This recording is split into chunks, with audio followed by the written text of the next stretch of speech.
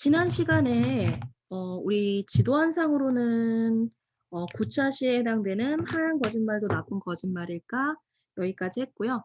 오늘 10차시, 11차시, 12차시까지 해서 마무리하도록 하겠습니다. 혹시 시간이 남는다면은 또 다른 질문을 받는다든가 해서 어, 수업을 진행하도록 할게요. 우선 10차시 홍길동전부터 먼저 펴보시겠습니다. 자, 그러면 펼쳐볼게요.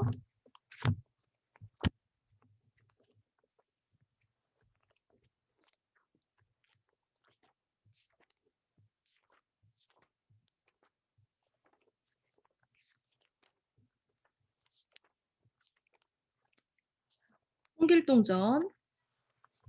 학습의 목표를 보시면 허균의 작품 홍길동전을 통해 당시 사회의 잘못된 제도를 비판해보고 사람은 누구나 평등하다는 입장에서 자신의 생각을 글로 써봅시다 라고 되어 있어요. 자, 생각 열기, 홍길동전에 나타난 문제점은 뭡니까? 그 다음에 홍길동이 살았던 시대는 어떠한 시대입니까? 그 다음에 홍길동이 꿈꾸던 세상은 어떤 세상인가요? 또 사람은 누구나 평등하다라는 것에 대해서 어떻게 생각하는지. 자, 그렇게 교재가 구성되어져 있습니다. 자, 그러면 56페이지 신나는 논술 여행. 자, 만화 부분 한번 읽어볼게요.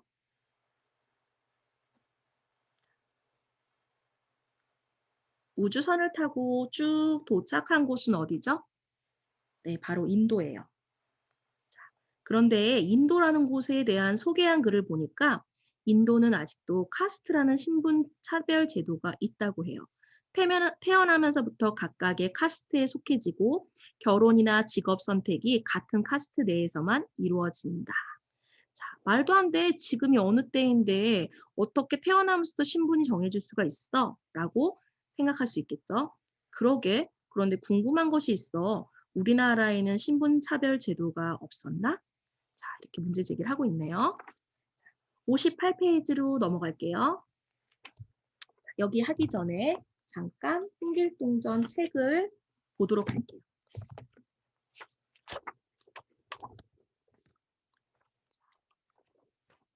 미니북 홍길동전. 자, 준비되셨죠? 그러면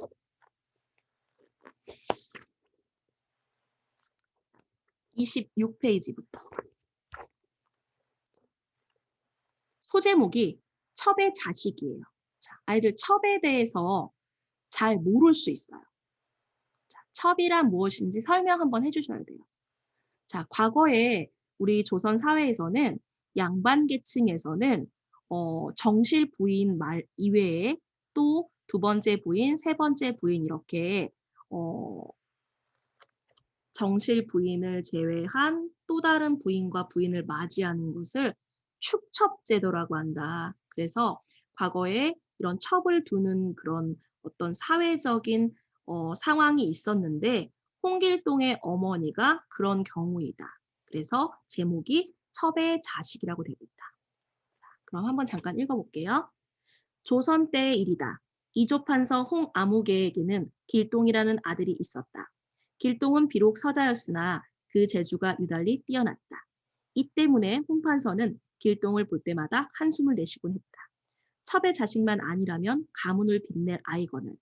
서자라서 벼슬을 할 수 없는 길동은 늦은 밤까지 검수를 익히는 것으로 억울함을 달랬다. 어느 날 밤 마당을 거닐던 홍판서는 달빛 아래서 칼을 휘두르고 있는 길동을 보고 물었다. 밤이 늦었는데 어찌 자지 않고 나와 있는 게냐? 오늘따라 마음이 울적하고 하늘을 쳐다보기가 부끄럽습니다. 홍판서는 나이 어린 길동이 하는 말에 어이가 없었다. 어찌하여 그렇단 말이냐? 아버지를 아버지라 형을 형이라 부르지 못하는데 어찌 사람이라 하겠습니까? 길동의 말에 홍판서는 불쌍한 마음이 들었으나 모른 척하고 모질게 꾸짖었다. 양반 집안에 첩의 자식이 너뿐만이 아니거늘 어찌 그런 말을 입에 담느냐? 길동은 서러운 마음에 잠을 이룰 수 없었다. 자, 이 부분에 대해서 잠깐 아이들에게 기본적인 내용을 좀 이해할 수 있도록 필기를 조금 해주시면 좋을 것 같아요.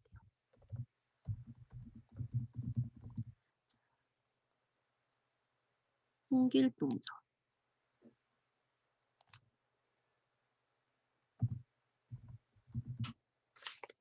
그리고 우리가 아이들이 이런 질문 참 많이 해요. "선생님, 홍길동은 진짜 있었던 인물이에요?" 라는 질문 참 많이 하거든요. 그런데 우리 48페이지의 자료 잠깐 볼게요.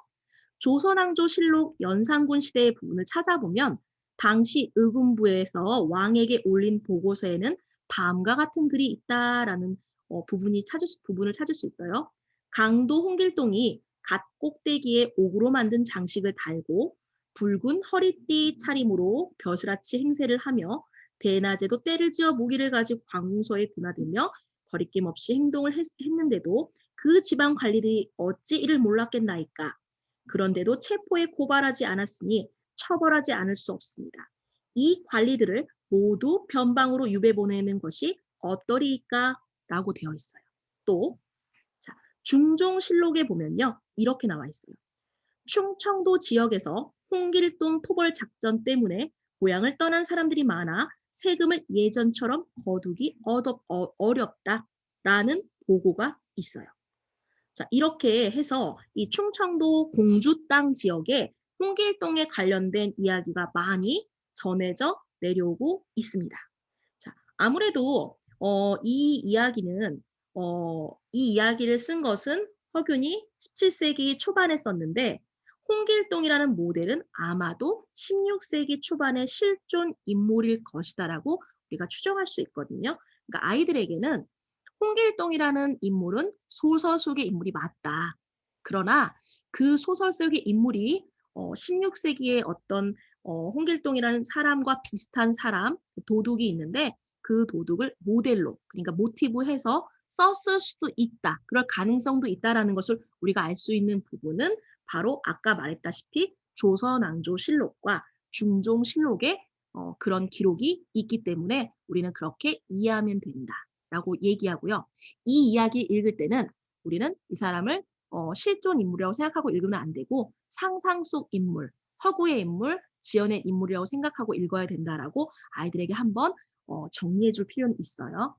자, 그렇다면 여기서 왜 제가 잠깐 아이들에게 설명을 해야 된다고 얘기했냐면 아까 첩의 자식이란 말이 나오죠. 우리 첩의 자식을 뭐라고 하죠? 서자라고 해요. 자, 그러면 정실 부인의 자식을 뭐라고 하죠? 적자라고 하죠. 자, 이렇게 우리 이런 거를 그럼 무슨 제도라고 할까요? 자, 당시 사회 제도를 우리가 좀 알아봐야 될 필요가 있죠. 조선 사회에서는 적서차별이 있었죠. 적자와 서자에 대한 차별이 있었어요. 자, 그래서 적자의 경우에는 공부를 열심히 했을 경우에 충분히 벼슬에 나갈 수 있고 서자의 경우에는 아무리 공부를 열심히 해도 문과로 갈 수 없고 문과 중에서 아주 낮은 계급의 진로로 갈 수 있기 때문에 서자의 경우에는 아무리 서책을 열심히 본다고 해도 출세를 하기가 어렵죠. 근데 앞에서 본문에 나왔다시피 길동은 다른 누군가보다 자, 둘째 줄에 보실게요. 자, 보시면 길동은 비록 서자였으나 그 재주가 유달리 뛰어났다.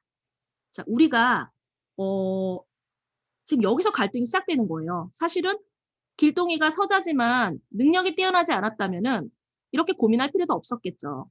자, 능력이 뛰어난 아이였는데 하필이면 첩의 자식으로 태어났기 때문에 자, 그것을 바라본 홍판서. 자, 홍판서가 자, 우리 홍판서를 만약에 적자가 홍판서를 부를 때는 뭐라고 부를까요? 아버님이라고 부르겠죠.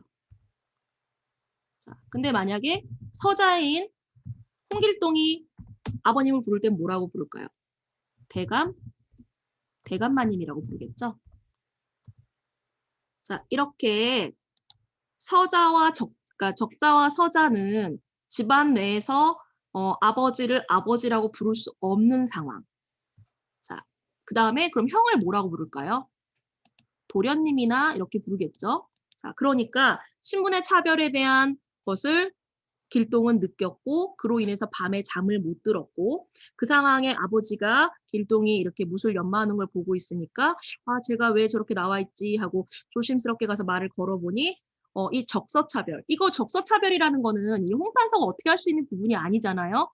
자, 조선 사회에서 법으로 정해 놓은 건데 이 법을 거스를 수 없기 때문에 이 상황에서 홍길동이 만약에 적서 차별에 대한 문제를 제기하게 된다면 이것은 국가에게 반역하는 행동이나 똑같은 거기 때문에 홍판사 입장에서는 이 녀석의 말에 동조를 해 주면 안 되고 더욱더 냉정하게 대해야겠다라고 해서 속으로는 마음이 좀 아팠지만은 좀 더 모른 척하고 모질게 꾸짖었죠.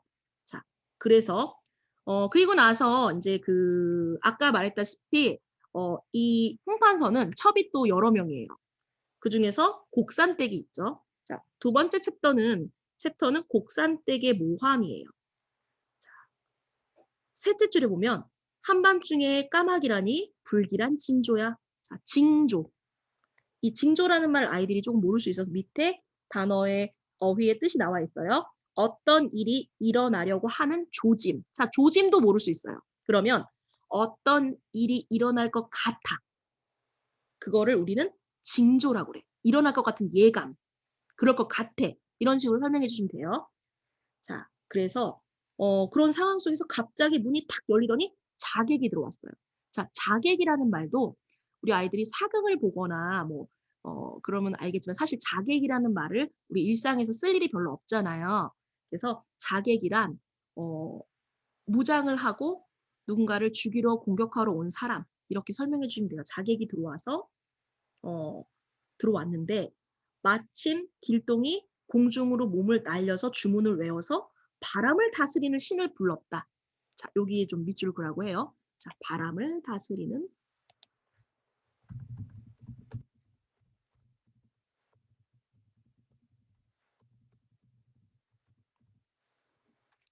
우리 현실적으로 바람을 다스리는 신을 부를 수 있을까요?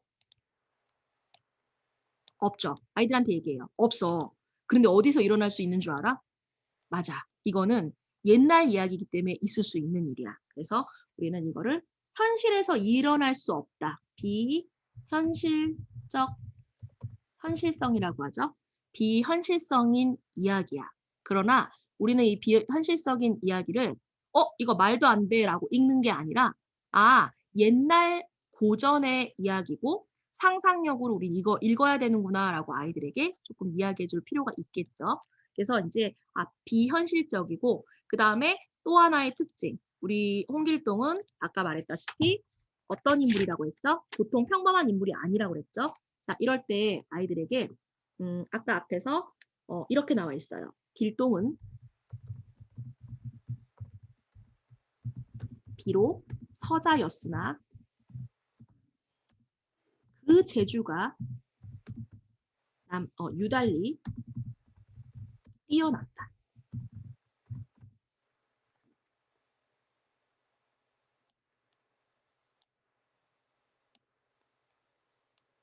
우리 이 서자였으나 여기까지를 보면은 이게 길동의 처지예요. 그다음에 그러나 그의 능력은 어땠다고 했죠? 뛰어났다고 그랬어요. 우리 이런 걸 비범하다고 하죠. 자, 그럼 선생님 비범함이 뭐예요? 라고 얘기하면 반대말 알려줘야 되겠죠? 평범. 평범함의 반대말이야. 평범하지 않다는 거야. 남과 다르게 무엇인가를 특별히 잘한다는 거야. 라고 설명해 주시면 돼요. 자, 이렇게 어느 정도는 그 5학년 친구들이 잘 모르는 용어에 대해서 좀 정리해 주면서 물론 처음에는 이걸 정리하면서 읽는 건 아니에요. 처음에는 그냥 자연스럽게 한번 뜻을 알던 모르던 자연스럽게 리딩할 수 있도록 해주시고요. 읽을 수 있게 해주시고 그 다음에 아이들이 이거 무슨 말인지 모르겠어요. 모르겠어요 하는 질문들이 분명히 몇 번 나와요. 그러면 일단 먼저 너가 아는 만큼 읽어. 그 다음에 우리 같이 돌아가면서 한번 읽을 거야 라고 해서 친구들이 4명이라면 4명 돌아가면서 하나의 작은 소주제별로 읽어요. 읽으면서 선생님들께서 이 부분은 우리 아이들한테 조금 설명이 필요할 것 같아. 예를 들면 서자, 뭐 여기서 첩 이런 말이 나오면 그때그때 조금씩 설명해 주시면 돼요. 자, 그래서 이제 쭉 이렇게 해서 곡산떼기 시켜서 자객이 들어와서 홍길동을 죽이려고 하죠. 그래서 홍길동은 어머니에게 이별을 구하고 눈물을 흘리면서 음, 이제 가죠. 그런데 그때 이제 이렇게 인사를 하고 떠납니다. 뭐라고 얘기하냐면 나으리 소인이 서자로 태어나 천대를 받는 것도 서러운데 목숨까지 위태로우니 더 이상 이곳에 있을 수가 없습니다. 자, 29페이지 밑에서 둘, 넷, 여섯, 여덟 번째 줄이에요. 나으리 소인이 서자로 태어나 천대받는 것도 서러운데 자, 내 처지가 이렇게 서러워요. 목숨까지 위태로우니 죽을 것 같아요. 더 이상 이곳에 있을 수가 없습니다. 자, 떠나겠다는 거예요. 소인의 불효를 용서하시고 자, 이거는 이제 출가죠. 출가를 하는 거에 대해서 이제 용서하라는 거예요. 원래는 장가를 가거나 뭐 이렇게 여러 가지 뭐 과거 급제하거나 그렇게 되면 이제 떠나는 건데 얘는 지금 그런 상황이 아니라 자객 때문에 목숨이 위태로우니 전 여기서 떠나겠습니다라고 하고 출가를 하는 거예요. 부디 오래오래 사십시오라고 얘기했어요. 길동이 눈물을 뿌리며 말하자 홍판서는 가슴이 아팠다. 자, 여기서 아버지의 마음도 그렇게 편치만은 않아요. 평소 그 길동 모를 홍판서도 어느 정도 좀 소중하게 생각하고 있었고 또 길동이 워낙 재주가 뛰어나고 좀 아깝다고 생각하고 있던 차에 이 아이가 또 이렇게 떠난다고 하니까 마음은 안 좋았어요. 그러나 하지만 애써 담담하게 말했다. 어디에 있든 몸조심하고 가문을 더럽히지 말아라. 자, 그렇게 얘기하죠. 그리고 길동의 어머니는 떠나는 아들의 모습을 바라보며 하염없이 눈물을 흘렸다. 자, 여기서 그 길동의 어머니라는 부분이 있고요. 길동은 길동의 어머니, 길동이는 어머니에게는 어머니라고 불러요. 자, 근데 길동이 아버지에게는 대감마님이라고 부르죠. 자, 그 다음에 길동이 대감마님이라고 부르고 본인을 말할 때는 또 소인이라고 얘기하죠. 여기서 이 소인, 원래는 얘가 만약 적자였다면 소자라고 얘기해야 되겠죠. 근데 서자기 때문에 자, 소인이라고 얘기해요. 그러니까 하인들이나 이렇게 신분이 낮은 사람들이 말을 하는 거죠. 홍판서에게 자신을 말할 때 이렇게 말하죠. 자, 그렇게 해서 떠나게 되고요. 자, 도적의 왕이 되고 또 넘어가서 백성을 위하는 활빈당을 만들게 돼요. 자, 34페이지 잠깐 펴볼게요. 백성은 굶주리는데 절에서 이렇게 많은 곡식과 재물을 쌓아두고 살다니 참으로 한심하구나. 여러분, 우리는 백성을 괴롭히는 양반이나 벼슬아치들을 혼내주는 활빈당이 됩시다 하고 활빈당을 만들어요. 자, 그리고 38페이지. 자, 홍길동이가 한 사람이 아니라 여러 명이래요. 모두 전국 팔도에 그 홍길동이라고 주장하는 그 홍길동들을 잡으려고 팔도 감사들이 모두 잡았다는 장계를 올려요. 자, 아이들 장계 몰라요. 장계라고 하면은 쉽게 말하면 이제 애들한테 왕한테 보고 드리는 거야. 잡았다고 이제 그 상황에 대해서 이제 편지를 올렸어라고 얘기해 주시면 되고요. 그래서 올렸는데 어째서 잡았다는 사람이 8명이나 되느냐라고 물어봤더니 누가 진짜 홍길동인지 모르겠다는 거예요. 그래서 이제는 서로 막 다투게 되었죠. 임금은 홍판서를 불러 진짜 아들을 가려내라고 얘기해요. 자, 이놈, 전하와 아비를 우롱한 죄가 크다. 죽는 것을 두려워 마라. 소리치는 홍판서는 마음이 크게 상하여 쓰러지고 말았다. 그러자 8명의 길동이 눈물을 흘리며 말했다. 그동안 저는 첩의 자식이라 아버지를 아버지라 부르지 못하고 형을 형이라 부르지 못하였습니다. 제 비록 그 한을 안고 도둑의 우두머리가 되었으나 탐관오리의 재물만 훔쳐 백성들에게 돌려주었을 뿐 백성들을 괴롭히지는 않았습니다. 이제 소인은 이 나라를 떠날 것이니 저를 잡으라는 명령을 거둬주십시오. 자, 여기를 좀 아이들한테 중요하게 한번 또 보라고 할 필요가 있겠죠. 홍길동의 주장은 그거예요. 난 서자였어. 너무 서러웠어. 그래서 내가 한이 많았고 나는 나쁜 사람들의 재물만 훔쳤지 난 착한 사람들의 재물은 훔치지도 않았고 괴롭히지도 않았어. 그래서 나는 그래서 난 잘못했다는 거야, 안 했다는 거야? 아이들한테 물어볼 수 있겠죠? 자, 그리고 알고 보니 그것은 홍길동이 아니라 자, 이렇게 지프로 만든 인형이었다. 자, 이것도 비현실적인 내용이죠. 그리고 자, 나중에 홍길동은 46페이지에 율도국의 왕이 되었죠. 자, 율도국의 왕이 되었어요. 그래서 천하영웅 길동은 당해낼 수가 없었다. 율도국을 점령한 길동은 우선 백성을 안심시키고 항복한 율도국의 장수들에게 정성을 다해 대접했다. 자, 그렇게 해서 쭉 해서 나중에 길동은 새 나라를 남쪽에 편안하고 살기 좋은 나라라는 이름으로 안남국이라고 이름을 바꿔서 불렀고, 자, 여기가 제일 중요하죠. 신분차별이나 양반, 천민이 없는 나라로 오래도록 태평성대를 누렸다. 자, 여기서 태평성대 그러면 아이들이 모를 수 있으니까 모두가 전쟁 없이 편안하게 행복하게 잘 먹고 잘 살았다는 뜻이야. 라고 얘기해 주시면 됩니다. 자, 여기까지 이제 독서를 좀 끝냈고요. 자, 그렇다면 이제 우리 아이들이 독서 활동을 해야 되겠죠. 자, 그러면 58페이지로 넘어갈게요. 홍길동에 나타난 문제점. 자, 홍길동이 서러운 마음이 들었던 건 왜 그랬죠? 직접적으로 앞부분에도 나와 있고 뒷부분에도 나와 있어요. 자, 아버지를 아버지라 부르지 못하고 형을 형이라 부르지 못했기 때문이에요. 그러니까 1번 문제는 아이들이 풀 수 있었을 거고요. 2번. 홍길동이 서러움을 느꼈던 근본적인 원인이 있어요. 무슨 제도였죠? 조선의 적서 차별 제도의 문제에 대해서 불만을 가지고 있었죠. 자, 다음으로 넘어가서 59페이지. 활빈당의 의미와 홍길동이 활빈당을 만든 이유는 무엇입니까? 자, 활빈당은 당시 조선 사회에서 탐관오리들이 일반 백성들의 그런 재물을 빼앗고 세금을 과다하게 걷어들이고 그런 상황 속에서 백성들이 배고파하는 상황을 홍길동은 알게 된 거죠. 그래서 저 탐관오리들의 그 못되게 모은 재물들, 나쁘게 모은 재물들을 다시 우리가 빼앗아서 백성들에게 되돌려주자라는 의미로 그 벼슬아치들을 혼내주기 위한 목적으로 활빈당을 결성하죠. 자, 그렇게 아이들이 쓸 수 있고요. 자, 그러면 홍길동의 말을 통해서 당시 사회의 문제점은 무엇입니까? 라고 돼 있어요. 자, 여러 가지가 있을 수 있겠죠. 첫째, 신분제도, 또 신분차별제도. 신분에 대한 차별제도. 두 번째는 자, 국가에서 세금을 너무 과다하게 징수하는 문제.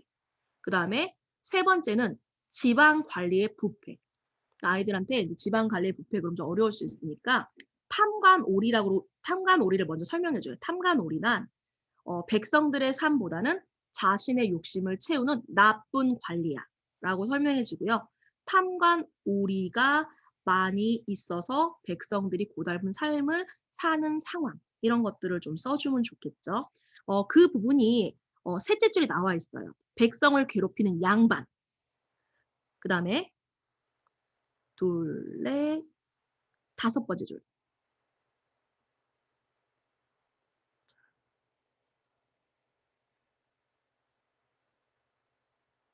자, 우선 거기에 나와 있는 부분 양반이나 그 벼슬아치들을 혼내주는 일 이런 것들 신분제도 이렇게 써주시면 되고요. 자, 넘어가서 60페이지. 생각이 쑥쑥 홍길동이 살았던 시대는 다음 그림을 보고 홍길동이 살았던 시대의 모습을 생각하면서 물음에 답해보세요. 자, 아버지를 아버지라 부르지 못하고 형을 형이라 부르지 못한다. 호영호지하지 못한다는 거죠. 그렇죠. 그러면 호부호영하지 못한다는 건데 자, 아깝구나. 첩의 자식만 아니었어도 큰 벼슬을 할 수 있었을 것을 하고 안타까워하는 홍판서의 모습이 보이고요. 자, 엄마. 자, 흑흑 미안하다 길동아 이 어미가 첩이어서 내가 서러움을 당하는구나. 그래서 첩이라는 이야기가 나오죠. 백성들은 저리 열심히 일하는데 양반들은 하는 일 없이 백성들을 괴롭히다니 정말 큰일이군.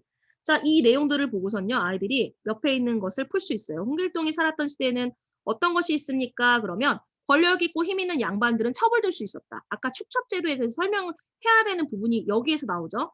그다음에 양반들은 백성들처럼 농사를 짓지 않고 뭐 글공부를 하거나 또는 뭐 악기를 연주하거나 이렇게 그 자신의 그 자기 개발을 하거나 공부를 하거나 이렇게 시간을 보냈죠. 관리를 하거나 노비들을 관리하거나 자, 농사일을 하지 않았어요. 자, 홍길동이 살던 시대와 오늘날은 어떻게 다른가요? 자, 홍길동이 살았던 시대는 신분 제도가 확실하게 있었죠. 오늘날의 사회에는 모두가 평등한 사회죠. 신분 제도가 없다. 자, 홍길동이 살았던 시대는 뭐 벼슬아치 과거 시험을 봐서 벼슬이 된다고 하면 오늘날의 세대는 벼슬이라고 할 수는 없고 그 예를 들면은 누구나 다 시험을 통과하면 공무원도 될 수 있고 또 노력을 한다면 정치인도 될 수 있다. 신분과 관계없이. 과거에는 신분 제도에 의해서 벼슬을 할 수 있었다. 이렇게 쓸 수 있도록 해주시고요. 홍길동이 살았던 시대에는 아까 해인사라는 말이 나오는 걸 통해서 불교라는 종교가 국가에서 많이 믿는 종교였다는 걸 알 수 있고요. 지금의 종교는 뭐 불교, 기독교, 뭐 천주교 다양하게 믿을 수 있다라고 쓸 수 있으면 좋을 것 같아요. 자, 62페이지. 다음 사람들이 율도국에 살게 된다면 삶이 어떻게 변할까요? 저는 서자라서 아무리 공부를 해도 벼슬을 할 수가 없어요. 그래서 아예 포기하고 농사를 지으려고 해요. 자, 율도국은 어떻다고 했죠? 모두 다 신분과 관계없이 공부할 수 있고 신분과 관계없이 뭐 모두가 자기 능력만 된다면 노력만 한다면 충분히 할 수 있는 기회를 줄 수 있는 국가라고 나와 있었죠. 그러니까 공부만 열심히 한다면 벼슬을 할 수 있어. 그다음 조선에서는 열심히 일해도 양반들에게 세금을 내고 나면 먹고 살기가 힘들어요. 율도국에서는 일정 자기가 일한 부분에 대한 세금만 낸다면 그 나머지 부분은 내가 가지고 갈 수 있다. 내 것이 될 수 있다라는 거죠. 자, 그리고 63페이지. 아버지는 소나 돼지를 잡는 일을 해요. 자, 우리 사람들이 천하라고 무시하는 일이죠. 그런데 저도 그 일을 물려받아야 해요. 저는 장사를 하고 싶은데 말이죠. 과거에는 아버지가 천민인 경우에는 자식도 천민으로 정해지는 거잖아요. 그래서 뭐 아버지가 백정이다. 그럼 자식도 백정을 어쩔 수 없이 해야 되는 상황인데 지금 율도국에서는 아버지가 백정이건 뭐건 그런 거 상관없이 나는 상인이 될 수도 있다라는 거예요. 자, 만약 홍길동이 지금 나타난다면 우리 사회에 어떤 점을 고치고 싶을까요? 라고 되어 있어요. 자, 그래서 여기 친구는 어떻게 썼냐면요.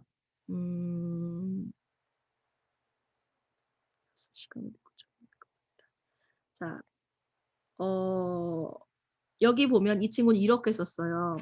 예를 들면 동물을 학대하는 그런 미국에서는 동물을 학대하는 경우에 처벌이 강한데 우리나라는 동물을 학대하는 법이 좀 약하다. 그래서 미국처럼 법을 좀 더 강화할 것이다. 뭐 이런 거를 쓴 친구도 있고요.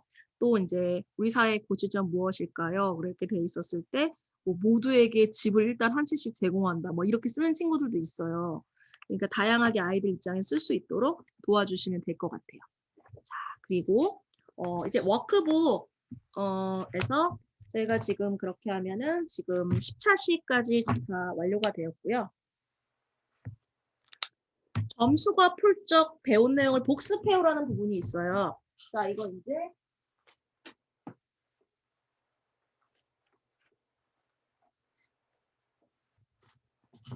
잠시만요.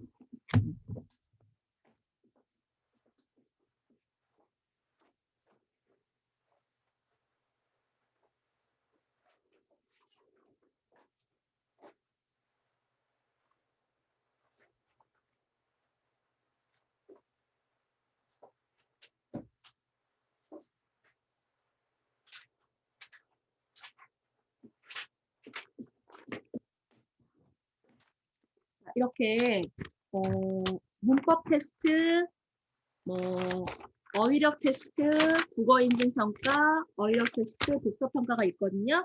자, 그럼 우선 문법 테스트 먼저 할게요. 자, 문법 테스트 어디에 있냐면요. 그 교재에 보시면요. 교재에 보면 이렇게 교재에 부록처럼 되어 있어요. 그러면 그거 보시면 돼요. 자, 그럼 저희 문법 테스트 먼저 할게요. 아이들이 많이 틀렸던 문제 여기 보시면은 자, 뒤에 쭉 다 틀렸죠? 자, 1번 표준어를 설명한 내용으로 알맞지 않은 것은 자, 표준어는 특정한 지역에서만 쓰는 특정 언어이다. 특정한 지역에서만 쓰는 특정 언어는 방언이라고 하죠. 그러니까 4번이 틀렸고요. 자, 2번 다음 중 방언은 표준어는 방언으로 보기에서 찾아 고쳐보세요. 자, 하라방 그럼 표준어로 고쳐야 되겠죠? 할아버지. 돼야지 그러면 자, 돼지. 등어리, 잎사구. 그 다음에 아주머니, 아주매. 자, 이거 어디에 나와 있냐면 그 워크북에 보시면요. 우리 지난 시간에 했었어요. 자, 워크북 10페이지에 나와 있던 내용 그대로 나왔거든요. 그래서 이 부분을 정확히 잘 했던 친구라면 잘 맞을 수 있었을 거예요. 자, 그리고 5번 한번 볼까요? 할머니, 진지듭서에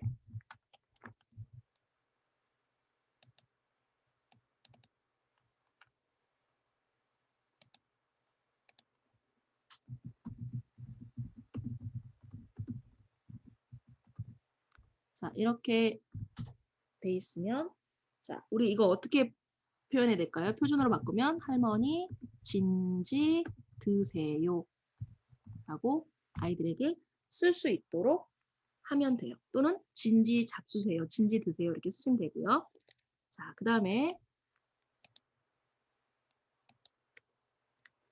6번 문제 지규의 동그라미, 은유의 세모. 자, 이거는 꼭 정말 정확하게 선생님들이 알고 아이들에게 알려주시면 좋을 것 같아요. 왜냐하면 4학년, 초등 4학년부터 초등 6학년, 중학교 1학년부터 중학교 3학년, 고등학교 1학년부터 고등학교 3학년까지 계속 지속해서 나오는 문제이기 때문에 초등학교 5학년 때 잘 잡아놓지 않으면 중학교 가서도 틀리는 문제예요. 자, 6번 다음 중 지규에 관한 것에는 동그라미, 은유에 관한 것에는 세모를 하세요. 자, 비슷한 사물이나 인상을 직접 빗대어 나타낸다. 자, 직접 빗대니까 지규입니다. 이게 바로 지규의 뜻이에요. 그러면 지규니까 동그라미. 비교하는 말을 직접 사용하지 않고, 자, 직접 사용하지 않고예요. 그럼 지규가 아니에요. 무엇은 무엇이다. 이렇게 간접적으로 빗대어 같다라는 말을 쓰지 않고 같다라고 표현하는 거기 때문에 이것은 은유죠. 그러니까 세모. 뭐뭐처럼, 뭐뭐 듯이, 뭐뭐 같이, 뭐뭐인 양.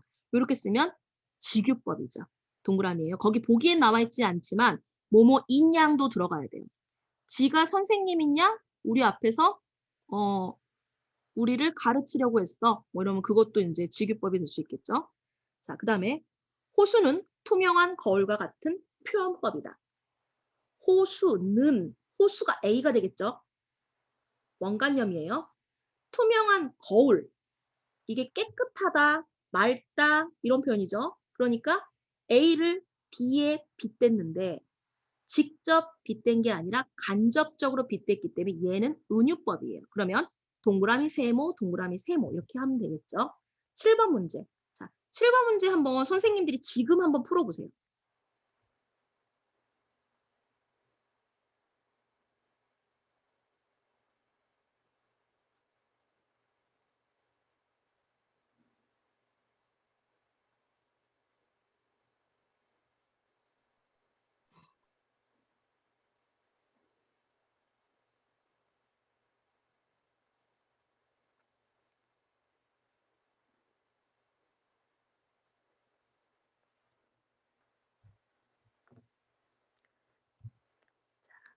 직유법으로 쓰이지 않은 것은 그랬어요. 그러면 우리 뭐만 찾으면 될까요?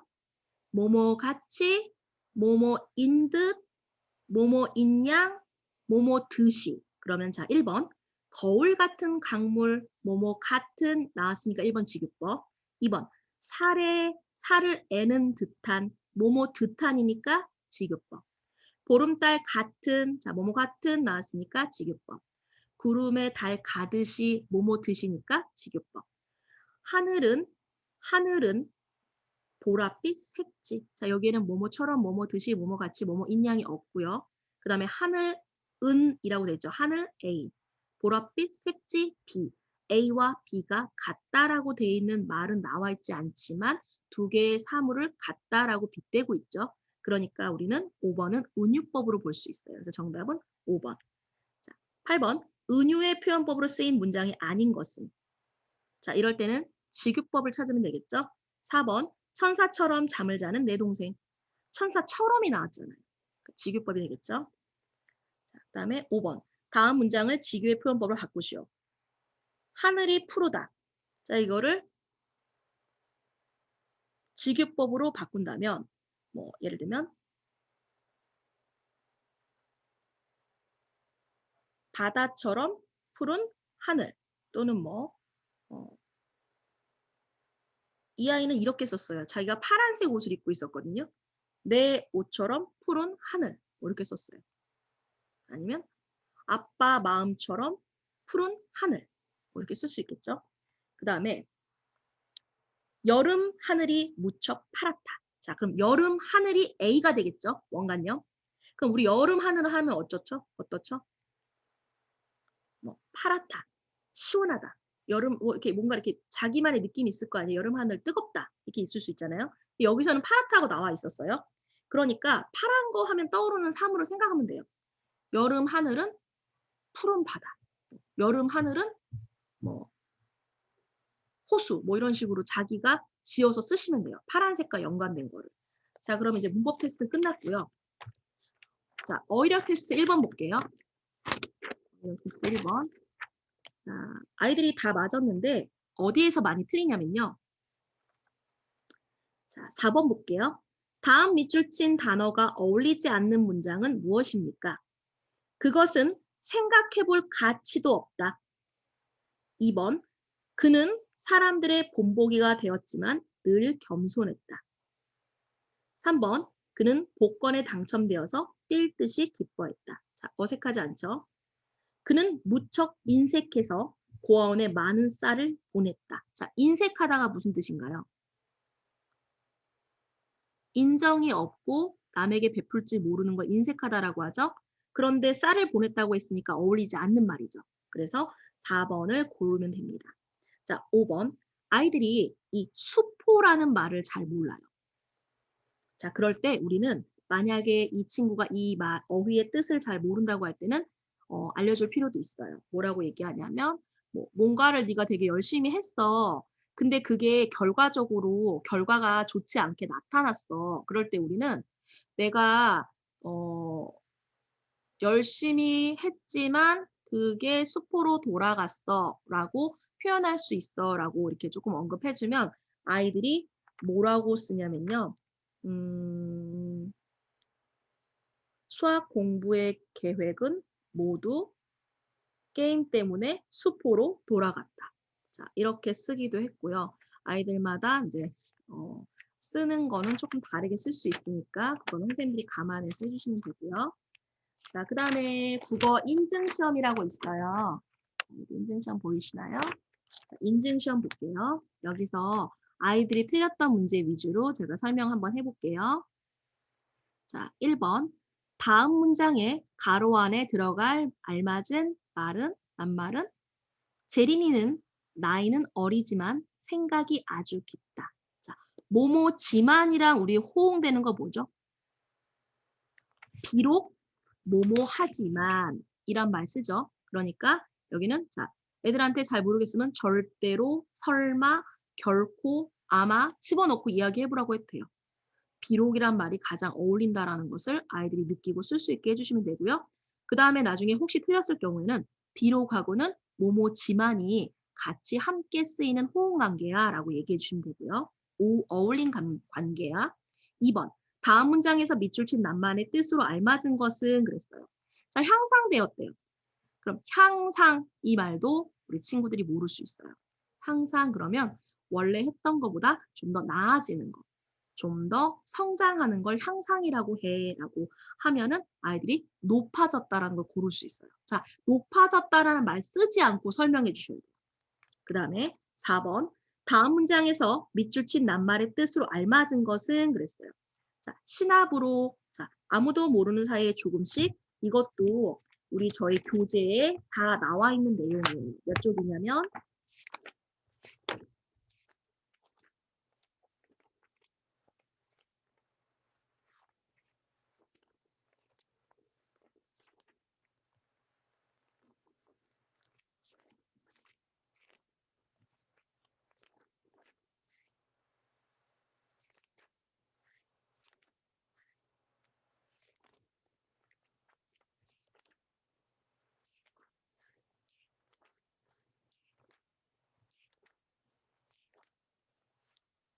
자, 몇 번에 나와 있냐면 몇 쪽에 나와 있냐면요. 26쪽에 나와 있어요. 하얗게 쌓였던 눈이 시나브로 녹아 없어졌다라고 이제 이 워크북에 나와 있거든요. 그러니까 워크북에 나오지 않은 내용으로 여기 문제에 나오지 않으니까 아이들과 활동 다 하고 나서 이제 이거 한번 풀어보는 것도 되게 좋을 것 같아요.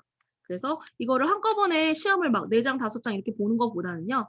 수업하고 나서 시간 조금 남았을 때 한 장씩 보는 게 더 좋을 것 같아요. 1시간 잡아서 다 몰아서 보는 거는 조금 아이들이 부담스러워할 수도 있거든요. 그러니까 수업 끝나고 한 10분 정도. 그 다음에 이제 여기는 이제 끝났고요.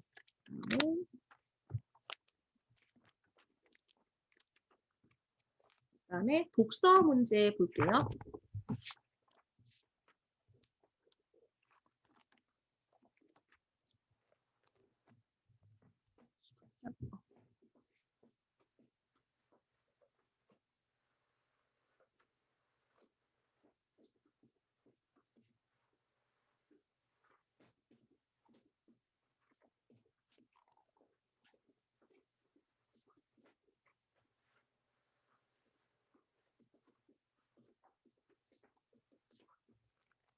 여기 책에 보면요.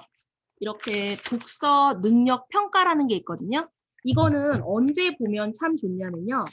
책을 완독을 하고 저희 이렇게 밑줄 긋고 하고 그다음에 아까 방금 배웠던 부분 있죠. 그 홍길동까지 마무리가 됐다. 그러면 아이들에게 지금 책이 총 2권이잖아요. 근데 이 독서 문제가 책 2권을 그 홍길동전하고 바보 이반을 다 읽어야만 풀 수 있거든요. 그래서 이제 저 같은 경우에는 어떻게 하냐면요. 이렇게 2개가 있으면 우선 바보 이반을 다 배우고 나면요. 바보 이반만 우선 풀려요. 그리고 홍길동전 다 읽고 나면 그때 홍길동전 한번 풀려요. 그리고 복사를 한번 해놨다가요.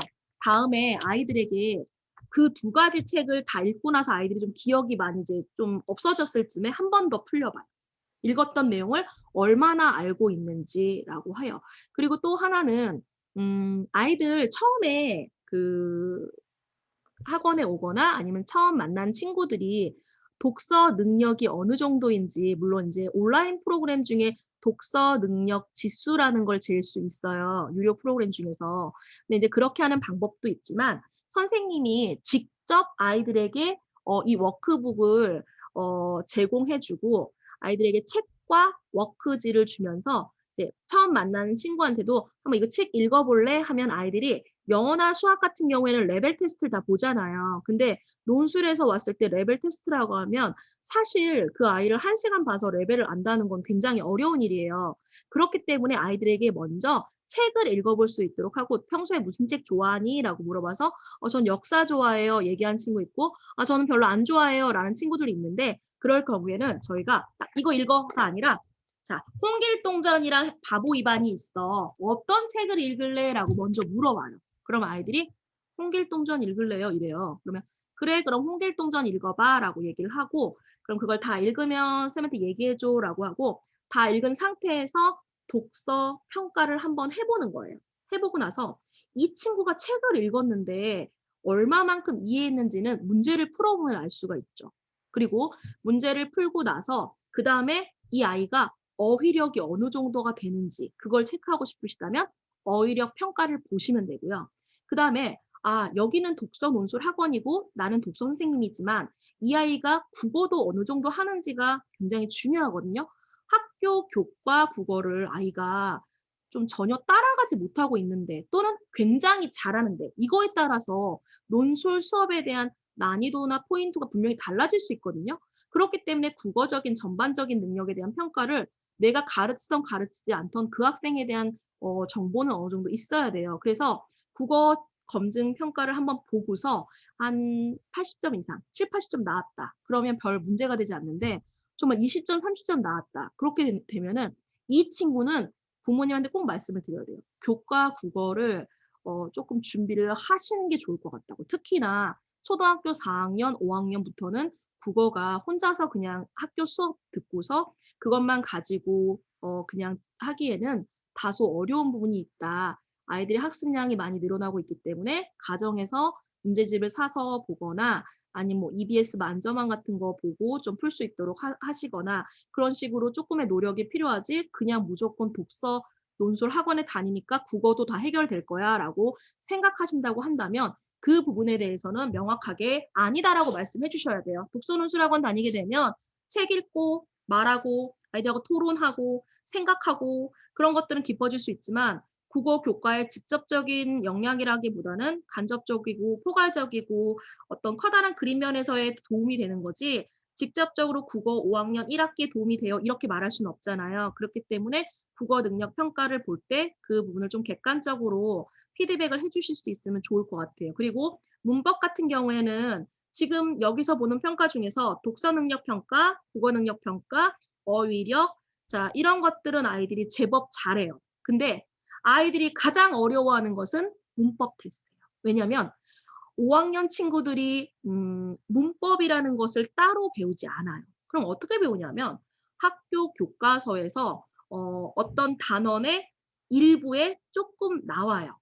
뭐 한 챕터 조금 나온 꼭지에 조금 나오는 정도로 배우면서 서서히 조금씩 조금씩 배우는 건데 문법을 위한 게 아니라 그 교과에서 필요하기 때문에 그 문법을 배우는 거예요. 그래서 그렇게 배우는 문법이기 때문에 디테일하게 막 들어가서 자세하게 선생님 설명하시는 게 아니라 자연스럽게 배우는 거거든요. 그런데 이 시간들을 아이들이 조금 소홀하게 생각할 때가 있어요. 중요하지 않다고 생각을 해서. 그런데 실질적으로 고학년이 가면 갈수록 국어의 문법 파트는 해야 될 공부의 양이 많이 늘어나거든요. 그래서 저희 그 교재에 보시면 어머님들한테 상담할 때도 우리 교재에는 이렇게 따로 문법이 탄탄이라는 부분이 있어서 이렇게 문법 영역도 충분히 아이들하고 공부를 하고 있어서 그 부분은 교과 영역에서 조금 다루지 않는 부분까지도 우리가 다루고 있다는 것을 어머님들한테 상담하실 때 이야기하시면은 어머님들께서 아 그런가요? 라고 얘기하면서 참고가 되실 수 있을 것 같아요. 자 그러면 지금 시간이 11시 57분이에요. 자 남은 시간이 3분이니까 저 질문을 좀 받도록 할게요. 자, 그러면 지금까지 쭉 고학년 재미있는 글쓰기 수업을 잘 들어줘서 감사하고요. 제가 드릴 수 있는 말씀은 다 드린 것 같아요. 자, 그럼 수업은 이걸로 마치도록 하고 질의응답 시간을 갖도록 하겠습니다.